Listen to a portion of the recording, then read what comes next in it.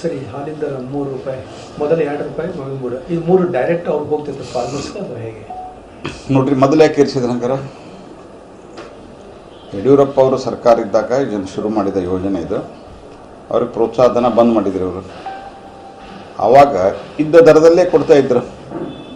Existing ದರ ಏನಿತ್ತು ಅದೇ ದರದಲ್ಲೇ ರೈತರಿಗೆ ಮೊದಲು 2 ರೂಪಾಯಿ, ಆಮೇಲೆ 4 ರೂಪಾಯಿ ಕೊಡ್ತಾಯಿದ್ರು. ಇವರು ಮೊದಲು ಅದನ್ನು ಬಂದ್ ಮಾಡಿದ್ದಾರೆ. ಇವ್ರು ಬಂದಾಗಿನಿಂದ ಕೊಟ್ಟಿಲ್ಲ. ಆನಂತರ ಮಧ್ಯೆ ಏರಿಸಿದ್ರು. ಯಾಕೆ ಏರಿಸಿದ್ರಿ ಅಂದ್ರೆ, ಇಲ್ಲ ರೈತರ ಸಂಬಂಧ ಏರಿಸಿವಿ, ದುಡ್ಡು ಕೊಡಲಿಲ್ಲ. ಈಗ ಮತ್ತೆ ಏರಿಸ್ತೀವಿ ಅಂತಾರೆ. ಅದಕ್ಕೆ ರೈತರು ಇದು ಸಹಿತ ಕೊಡ್ತಾರೋ ಇಲ್ಲೋ ಡೌಟು. ಕೊಟ್ಟರು 2-3 ತಿಂಗಳು ಕೊಟ್ಟು ಬಂದ್ ಮಾಡ್ತಾರೆ. ಜನಸಾಮಾನ್ಯರ ಮೇಲೂ ಪ್ರಾಬ್ಲಮ್ ಆಗ್ತದಲ್ಲ. ನೋಡ್ರಿ, ಸರ್ಕಾರ ದಿವಾಳಿ ಎದ್ದದನ್ಲಿಕ್ಕೆ ಇದು ಒಂದೇ ಉದಾಹರಣೆ. ಇದು ಯಾವುದೇ ಅಭಿವೃದ್ಧಿ ಕೆಲಸಗಳು ನಡೀತಾ ಇಲ್ಲ, ರಸ್ತೆಗಳು ನಡೀತಾ ಇಲ್ಲ. ಭ್ರಷ್ಟಾಚಾರ, ಈ ಭ್ರಷ್ಟಾಚಾರದ ಪರಿಣಾಮವಾಗಿ ಇವತ್ತು ದೇಶದಲ್ಲಿ ಒಂದು ಆಕ್ರೋಶ ಉಂಟಾಗಿತ್ತು ಇಡೀ ದೇಶದಲ್ಲಿ.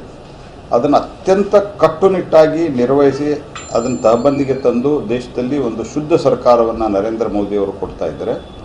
ಇಲ್ಲಿ ಇವರು ಬಂದಾಗಿನಿಂದನೂ ಸಂಪೂರ್ಣವಾದಂಥ ಭ್ರಷ್ಟಾಚಾರದಲ್ಲಿ ತೊಡಗಿದ್ದಾರೆ. ಭ್ರಷ್ಟಾಚಾರ ಬಿಟ್ಟರೆ ಏನೂ ಮಾಡ್ತಾ ಇಲ್ಲ. ವಾಲ್ಮೀಕಿ ಹಗರಣ, RDPRದಲ್ಲಿ, ಮೂಡಾದಲ್ಲಿ ಎಷ್ಟು ಹಗರಣಗಳಿವೆ. ನಿತ್ಯವೂ ಒಂದು ಹಗರಣ. ಹಿಂದೆ UPA ಸರ್ಕಾರ ಇದ್ದಾಗ ಹಗರಣಗಳ ಸರಮಾಲೆ ಆಗಿತ್ತಲ್ಲ, ಅದೇ ರೀತಿ ಇವತ್ತು ಸಿರೀಸ್ ಆಫ್ ಸ್ಕ್ಯಾಮ್ಸ್ ಅದೇ ರೀತಿ ಸರ್ಕಾರದಲ್ಲಿ ನಡೀತಾ ಇದೆ. ಅದರ ಪರಿಣಾಮವಾಗಿ ಆಡಳಿತ ಕುಸಿದು ಬಿದ್ದಿದೆ. KMF ಅದೇ ದಾರಿಯಲ್ಲಿ ಹೊರಟಿದೆ.